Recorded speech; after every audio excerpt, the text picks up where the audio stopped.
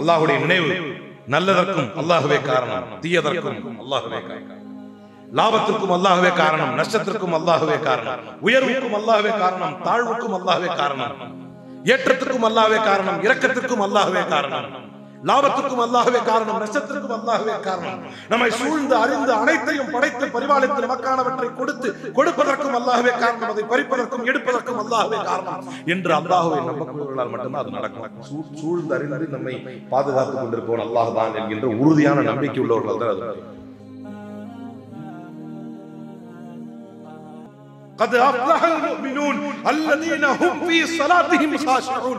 யார் தங்களுடைய தொழுகையில் உள்ளச்சத்தோடு இருந்தார்களோ, தங்களுடைய நேரங்களை ஒதுக்கி வைத்துவிட்டு, தங்களுடைய வேலைகளை ஒதுக்கி வைத்துவிட்டு, தங்களுடைய காரணங்களை புறந்தள்ளிவிட்டு அல்லாஹ்வுக்காக உள்ளச்சத்தோடு வருபவர்களை அல்லாஹ் வெற்றியடைய செய்கிறார். அஸ்ஸலாமு அலைக்கும் வரஹ்மத்துல்லாஹி வபரகாத்துஹு. இன்னல் ஹம்தலில்லாஹ் نحمده ونستعينه ونستغفره ونؤمن به ونتوكل عليه ونعوذ بالله من شرور أنفسنا ومن سيئات أعمالنا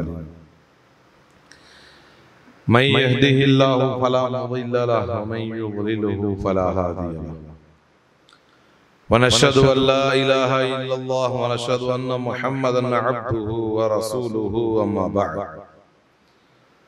قال تعالى في القرآن الكريم: أعوذ بالله من الشيطان الرجيم. يا أيها الناس اتقوا ربكم الذي خلقكم من نفس واحدة وخلق منها زوجها وبث منهما رجالا كثيرا ونساء واتقوا الله الذي تساءلون به والأرحام إن الله كان عليكم رقيبا. وقال نبينا صلى الله عليه وسلم: إن أصدق الحديث كتاب الله وخير الهدي هدي محمد صلى الله عليه وسلم شر الأمور محدثاتها كل محدثة بدعة وكل بدعة ضلالة وكل ضلالة في النار. அன்பிற்கினிய அல்லாஹ்வின் நல்லடியார்களே, ஈமானை பொறுத்தவரை, நம்முடைய இறை விசுவாசத்தை பொறுத்தவரை இயற்கையாகவே உலகில் உள்ள அனைத்து பொருட்களும் இயற்கையாகவே எப்படி இறுகிவிடக்கூடிய, காய்ந்துவிடக்கூடிய பண்பு எப்படி உலகில் படைக்கப்பட்ட பல பொருட்களுக்கு இருக்கிறதோ, அதுபோலவே இந்த உள்ளத்திற்கும் ஒரு பண்பு அப்படி இருக்கு, மனசு. அதனால்தான் சஹாபாக்கள் ஒருவரை ஒருவர் சந்தித்துக் கொள்ளும் பொழுது இப்படி கேட்பார்கள் என்று சஹாபாக்களை பற்றிய அறிமுகங்களின் போது, வாங்க நம்ம கொஞ்ச நேரம் ஈமான் கொண்டு கொள்வோம் என்று சொல்வார்கள். அபூ மூஸா அல்-அஷ்அரி ரலியல்லாஹு அன்ஹு அவர்கள் அந்த மாதிரி தான் ஒரு சஹாபி இன்னொரு சஹாபியை பார்க்கும் பொழுது, வாங்க நம்ம கொஞ்ச நேரம் ஈமானை பற்றி பேசுவோம், நாம கொஞ்ச நேரம் ஈமான் கொண்டுக்குவோம் என்று சொல்வார்கள். புகாரி ரஹ்மத்துல்லாஹி அலைஹி அவர்கள் சொல்றார்கள்: இஜ்லிஸ் பினா நுமினு ஸாஅத்தன் நஸ்தாது ஈமான். வாங்க உட்காருங்க, கொஞ்ச நேரம் நுமினு ஸாஅத்தன், கொஞ்ச நேரம் ஈமான் கொள்வோம், கொஞ்சம் அப்படியே நஸ்தாது ஈமான், கொஞ்ச நேரம் ஈமான் கொண்டு அந்த ஈமானை கொஞ்சம் எக்ஸ்ட்ரா பண்ணிக்குவோம் அப்படின்னு. இன்றைக்கு நம்முடைய ஜும்மாவின் நோக்கமும் அதுவாகவே இருக்கட்டும் என்று ஆசைப்படுகிறது. ஏனென்று சொன்னால், அல்லாஹு தஆலா தன்னுடைய திருமறையில் உள்ளத்தை பற்றி சொல்லி காட்டுகிறான். 83வது அத்தியாயத்தில் 14வது வசனத்தில் அல்லாஹ் சொல்லி காட்டுகிறான்: கல்லா பல் ரான அலா குலூபிஹிம் மா கானூ யக்ஸிபூன். அவர்கள் என்ன சம்பாதித்தார்களோ அதை கொண்டு ரான அலா குலூபிஹிம், அவர்களுடைய உள்ளங்கள் கரை படிந்ததாக மாறிவிட்டது. இது மனிதனுடைய இயற்கை. இது நிறைய உதாரணங்கள் நம்ம பார்த்துருக்கோம். ஒரு புள்ளி ஒரு முதல்ல வைக்கும் போது ஒண்ணும் தெரியாது. முதல்ல ஒரு வெள்ளை துணியில முழுசா வெள்ளையா இருக்கிற ஒரு காகிதத்துல ஃபர்ஸ்ட் வைக்கிறதுக்கு பேர் புள்ளி, 10ஆவதா வைக்கிறதுக்கு பேரு அழுத்தம். 100ஆவதா வைக்கிறதுக்கு பேரு ஒரு கரை, 1000ஆவதா வைக்கிறதுக்கு பேரு கலரே அதுவா மாறி. அல்லாஹ்வும் திருமறையில் அதை சொல்கிறார். கல்லா பல் ரான அலா குலூபிஹிம் மா கானூ யக்ஸிபூன். ரசூலுல்லாஹி ஸல்லல்லாஹு அலைஹி வஸல்லம் பனூ இஸ்ராயீல் மக்களை பற்றி சொல்லும்போது இப்படி சொன்னார்கள். முதல்ல ஒருத்தனை கடந்து போகும்போது அவங்க சொல்லுவாங்களாம், இந்த தப்பை பண்ணாத அப்படின்னு ஒருத்தர் அட்வைஸ் பண்ணுவாங்க. ஒரு தப்பை கடந்து போற ஒரு நல்லடியாரு இந்த தப்பை பண்ணாத அப்படின்னு அட்வைஸ் பண்ணுவாங்க. அப்போது ரசூலுல்லாஹி ஸல்லல்லாஹு அலைஹி வஸல்லம் சொன்னார்கள், அதற்கு அடுத்து மீண்டும் அவன் அதே தவறை செய்யும் பொழுது அவனுடைய தவறை சுட்டி காட்டாமல் மீண்டும் அவனோடு உண்பது குடிப்பது அப்படி ஜாலியா இருந்துகிட்டு அந்த தவறை விட்டுருவான். அதுக்கப்புறம் அது என்னவா மாறும் அப்படின்னா அது அப்படியே சமூகத்தில் பரவும். அப்ப நீங்க ஒரு நன்மையை ஏவ தவறும் பொழுது ஆட்டோமேட்டிக்கா தீமை வருகிறது. ஆங்கிலத்தில் சொல்வார்கள், idle man's mind is devil's workshop என்று சொல்லுவாங்க.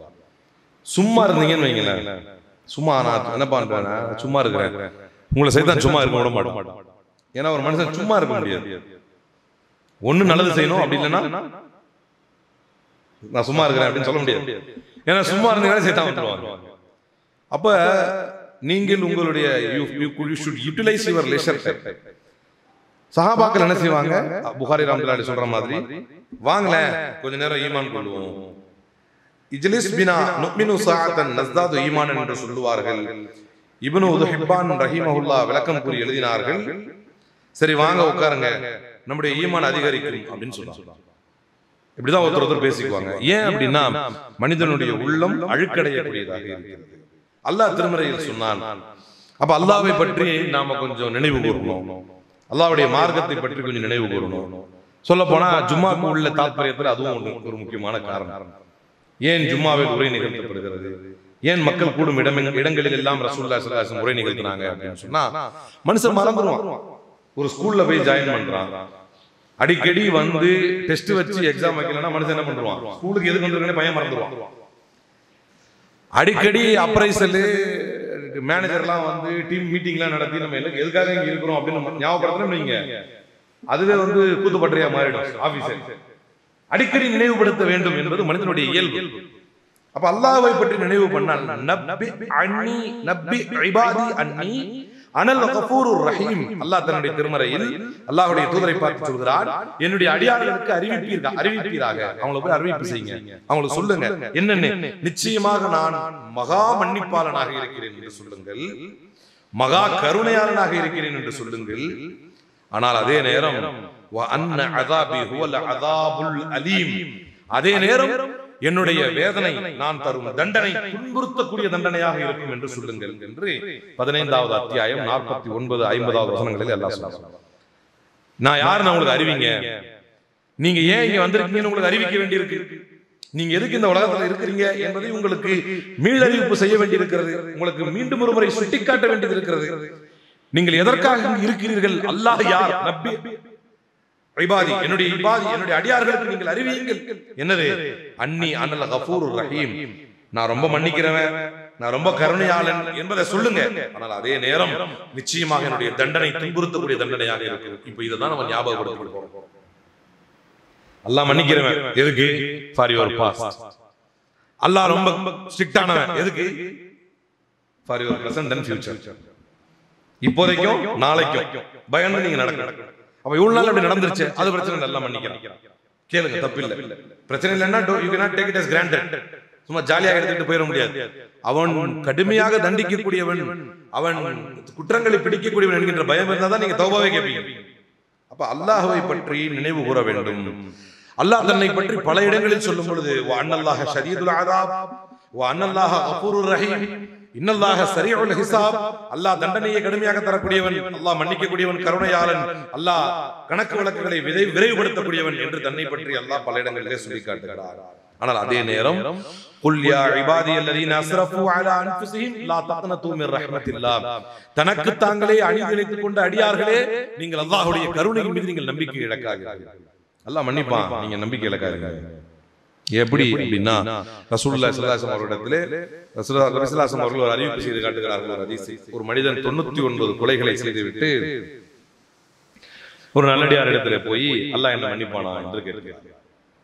அப்போ அவரு யாரு அதை கிராண்ட் எடுத்துக்கிறதுக்கு? எல்லாம் மன்னிப்பானா மன்னிக்க மாட்டானா, நீங்க கேளுங்க, அது அல்லா கிட்ட இருக்குதுன்னு சொல்லலாம். உனக்கெல்லாம் மன்னிப்பே கிடையாதுன்னு அவர் ஏற்கனவே இருந்த பழைய ஐடியால என்ன பண்ணிட்டாரு, அவரையும் கொலை பண்ணி 100 ஆக்கிட்டாரு. திரும்பவும் ஆனா அவர் திருந்தி நல்லபடியா வாழணுங்கிற எண்ணம் தான் அதிகமா இருந்துச்சு. அப்ப திருந்தி வாழ்வதற்காகவே இந்த ஊரை விட்டு கிளம்பி போறாரு. இது ரொம்ப முக்கியமானது. நீங்கள் திருந்தி வாழ வேண்டும், உங்கள் பழைய நிலைப்பாடுகளில் இருந்து நீங்கள் மாறி இருக்க வேண்டும் என்றால் முதல்ல நீங்க இருக்கிற இடத்தை மாத்தணும். நீங்க எங்க நின்னா உங்களுக்கு மது அருந்துவது ஞாபகம் வருமோ அதே இடத்துல போய் நின்று நான் திருந்துவேன்னு சொல்ல முடியாது. நீங்க எங்க இருந்தா நீங்க ஏற்கனவே சிகரெட் குடிச்சது ஞாபகம் வருமோ அதே இடத்துல இருந்து நான் சிகரெட் குடிக்கிறத மாத்த போறேன்னு சொல்ல முடியாது. நீங்க எங்க இருந்துகிட்டா தொழுகையை புறக்கணிச்சுட்டு இருந்தீங்களோ அதே இடத்துல இருந்துட்டு நான் தொழுகையை மாத்த போறேன் என்று சொன்னால் நடக்காது. அதனால தான் வரலாற்றில் ஹிஜ்ரத் மிக முக்கியத்துவத்தை பெறுகிறது. அப்ப அவர் என்ன முடிவு பண்ணாரு, இங்க இருந்து போயிட்டு ஒரு நல்ல வாழ்க்கையை வாழ்வோம்னு போனார். அப்போ 100 கொலைகள் செய்து விட்டு ஒரு இடத்துல மிகப்பெரிய அக்கிரமக்காரராக இருந்து விட்டு அங்கிருந்து கிளம்பி இன்னொரு ஊருக்கு போறார். திருந்தி வாழ்வாரு, நல்ல நியத்தோட போறார். அப்படி போயிட்டு இருக்கிற அந்த வழியிலேயே மவுத் வந்துருந்தார். மவுத் வரு சகராத்தால விழுந்துட்டார்.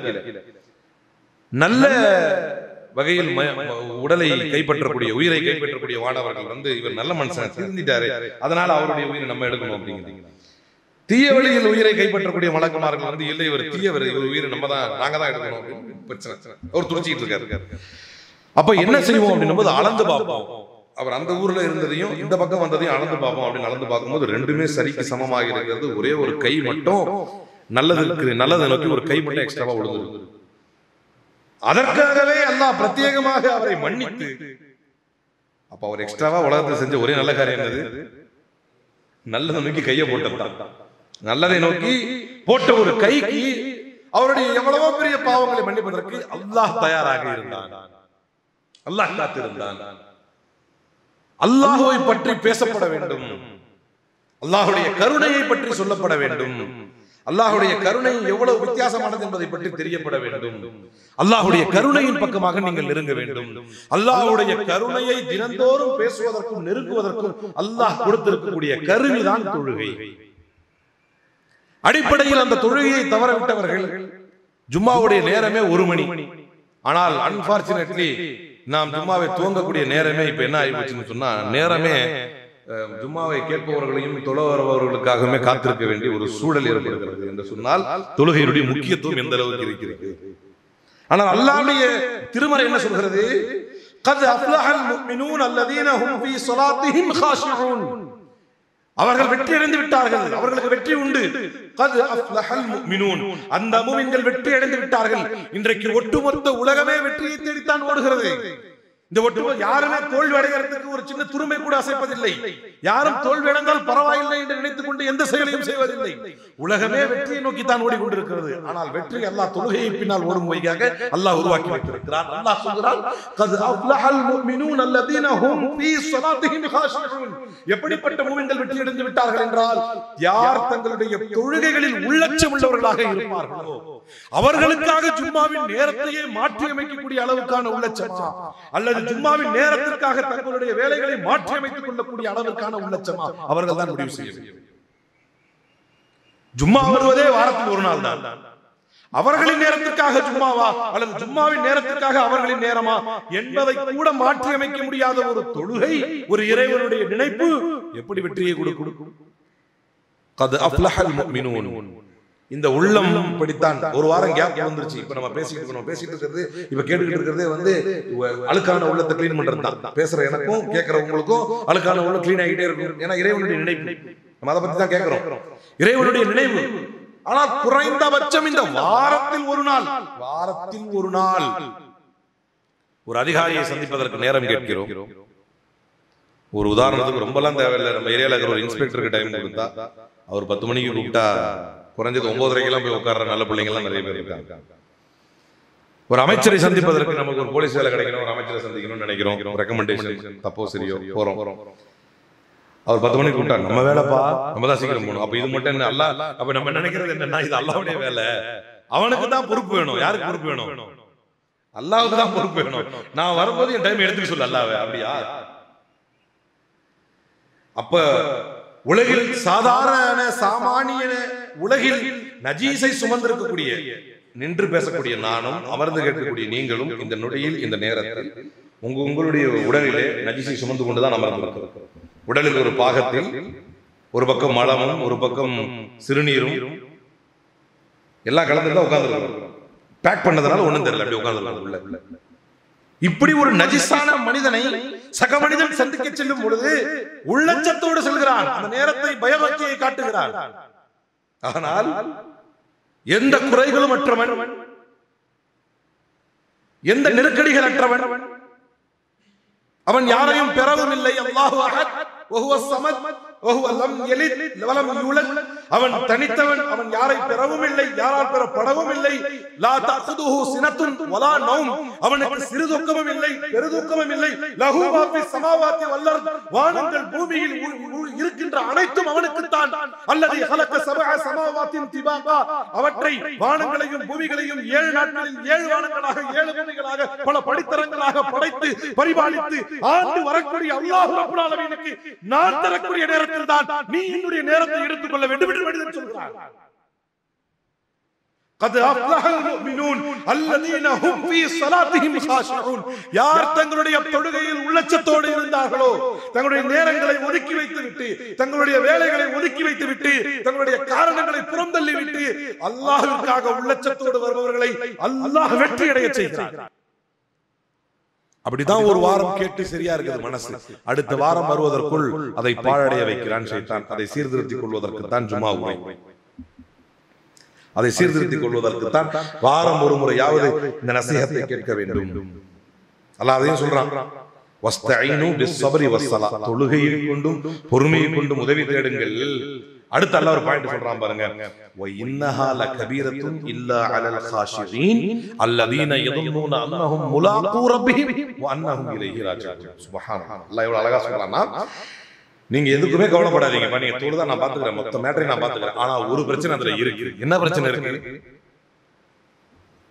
வஸ்தஈனு பிஸ்ஸப்ரி வஸ்ஸலா. தொழுகையை கொண்டும் பொறுமையை கொண்டும் ரெண்டும் ஒண்ணுதான். உங்களுக்கு பொறுமை இருந்தா தான் நீங்க தொழுவீங்க.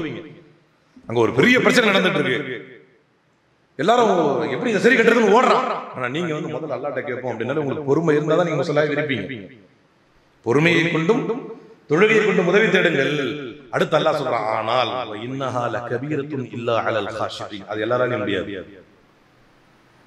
உள்ளார்ந்து அல்லாஹ்வை அஞ்சக்கூடியவர்களால் மட்டும்தான் அது முடியும். உள்ளார்ந்து அல்லாஹ்வை அஞ்சக்கூடியவர்களை தவிர மற்ற அனைவருக்கும் அது பெருசுங்கிறான் அல்லாஹ். இன்னஹா லகபீரத்துன். அது முடியாது, ஆவாத காரியம். It's a high risk அப்படிங்கறான். இன்னஹா லகபீரத்துன் இல்லா அலல் காஷிரீன். சரி, காஷிரீன் யாரு?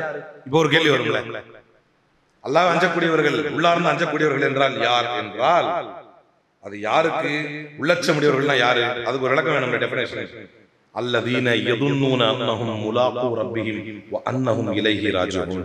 நாம் அல்லாஹ்வை சந்திக்கக்கூடியவர்கள், நாம் அல்லாஹ்விடமே திரும்பக்கூடியவர்கள் என்று உளமாற யாரெல்லாம் நம்புகிறார்களோ அவர்கள் தான் உள்ளச்சமுடையவர்கள்.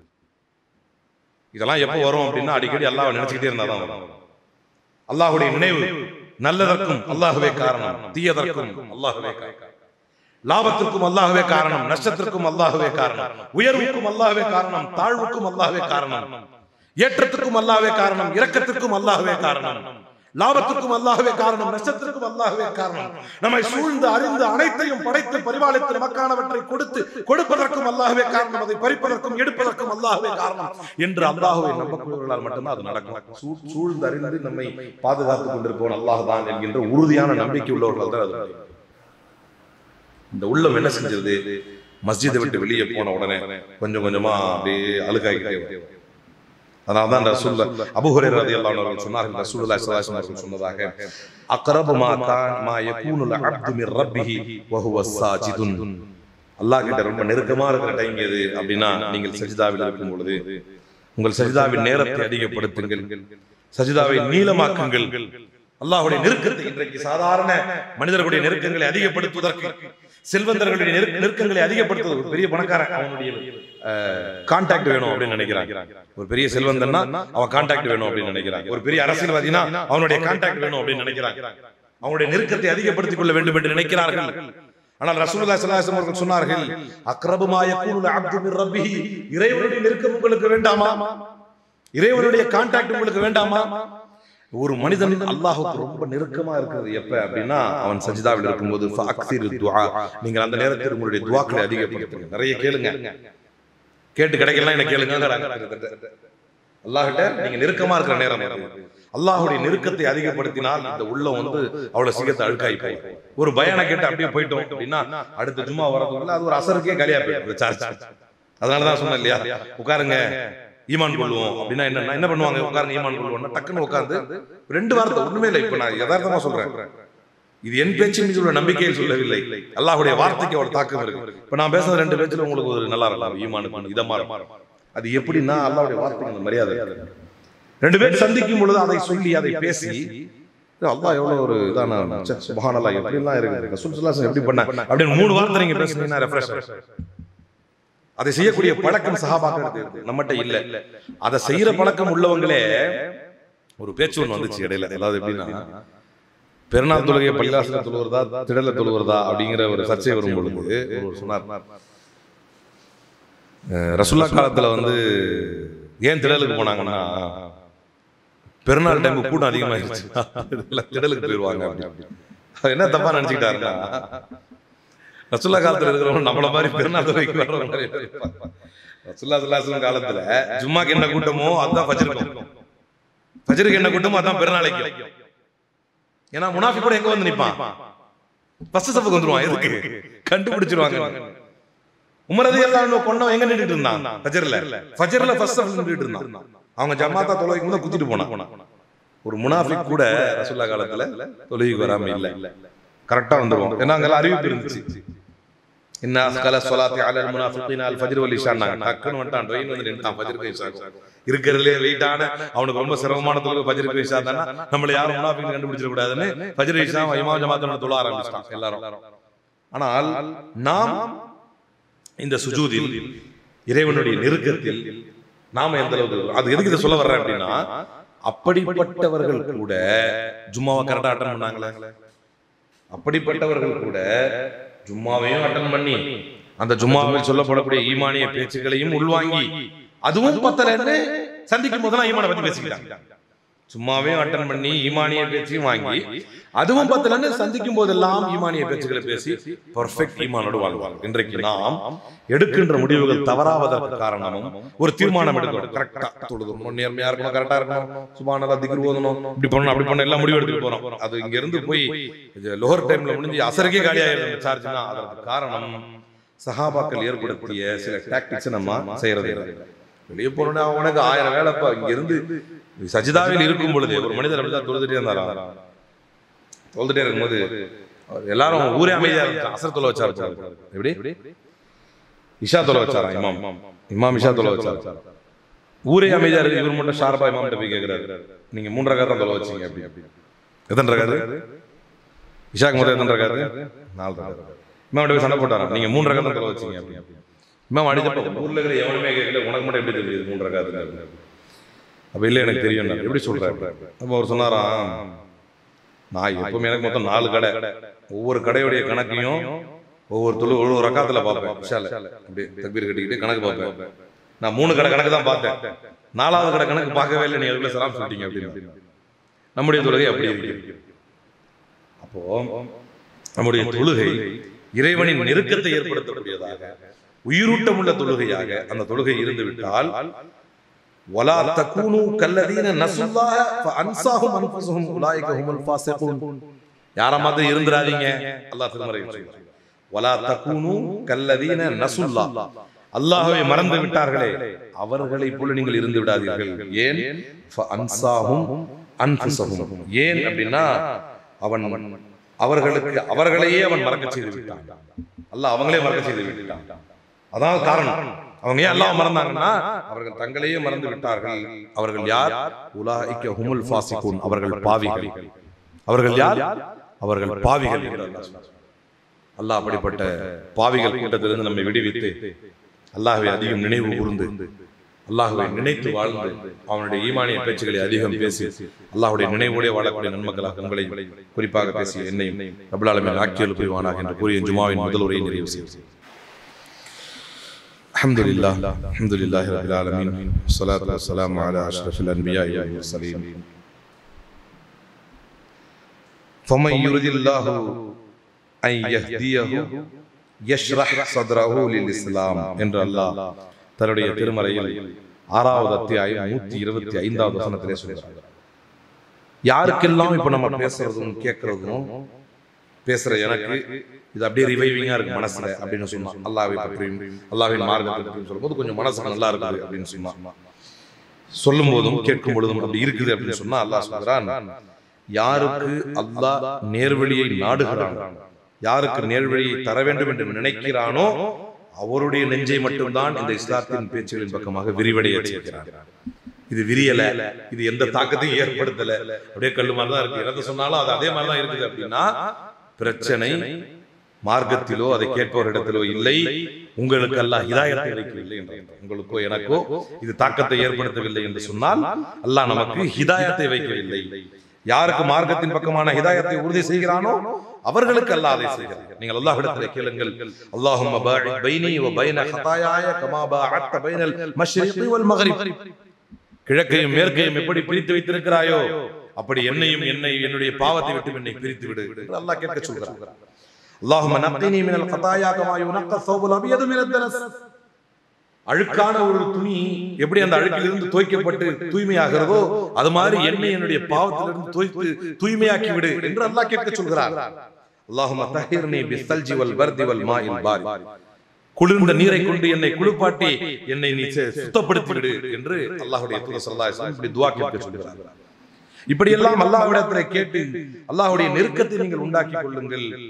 லாஸ்ட் பட் நாட் லீஸ்ட், கடைசியாக ஒன்றை சொல்லி முடிக்கிறேன்.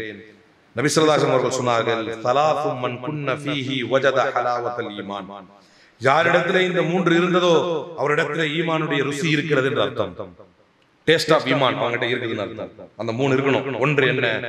ஐ யகூன அல்லாஹு வ ரசூலுஹு அஹப்ப இலைஹி மிம்மா சிவாஹு, அல்லாஹ்வும் அல்லாஹ்வுடைய தூதரும் உலகத்தில் அனைத்தையும் விட அவர்களுக்கு விருப்பமானதாக இருக்கிறார்கள். அனைத்தையும் விட என்றால் நீங்கள் கட்டிய மனைவியை விட, அனைத்தையும் விட என்றால் உங்களை பெற்ற தாய் தந்தையரை விட, அனைத்தையும் விட என்றால் நீங்கள் சம்பாதித்த செல்வத்தை விட, அனைத்தையும் விட என்றால் நீங்கள் சேர்த்து வைத்த நற்பெயரை விட, அனைத்தையும் விட என்றால் நீங்கள் நேசிக்கின்ற கடை கண்ணிகள் வியாபாரங்களை விட, அனைத்தையும் விட என்றால் அனைத்தையும் விட, எல்லாத்தையும் விட அல்லாஹ்வும் அல்லாஹ்வுடைய தூதர் உங்களுக்கு முக்கியமானதாக, நெருக்கமானதாக, நேசத்துக்குரியவராக ஆகாமல் உங்களுக்கு ஈமானுடைய ஹலாவத், டேஸ்ட் ஆஃப் ஈமான் தெரியாது. கொரோனால எப்படி நாக்கு செத்து போச்சோ அந்த மாதிரி எத்தனை முறை நாக்கு சுரட்டினாலும் ஈமானுடைய டேஸ்டே இந்த நாக்குக்கு வராது. எதுவரை அல்லாஹ்வும் அல்லாஹ்வுடைய தூதரும் உங்களுக்கு முதன்மையானவர்களாக ஆகணும். அப்படின்னா என்ன? இது அல்லாஹ்வும் அல்லாஹ்வுடைய தூதரும் தடுத்திருக்காங்கன்னா அங்க நிறுத்தணும். அப்படி நிறுத்த முடிஞ்சா உங்களுக்கு ஹலாவத் ஈமான் இருக்கு. இது அல்லாஹ்வும் அல்லாஹ்வுடைய தூதரும் செய்ய சொல்லி இருக்கிறார்கள் என்றால், உடனே எழுந்திருந்து செய்கிறான் என்றால் அவருக்கு ஹலாவத் ஈமான் இருக்குன்னு அர்த்தம். ஒன்னு. இரண்டாவது,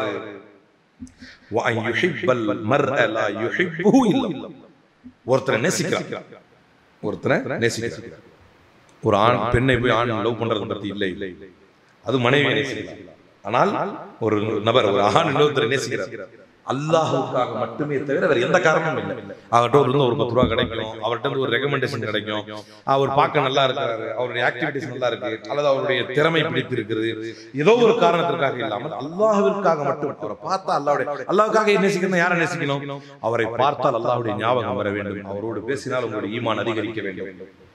அப்படிப்பட்ட ஒரு நபரை அதற்காக மட்டுமே நீங்கள் நேசிக்கணும். அப்படி நேசிக்காம உங்களுக்கு ஹலாவத்துல் ஈமான் கிடையாது. மூன்றாவது என்ன?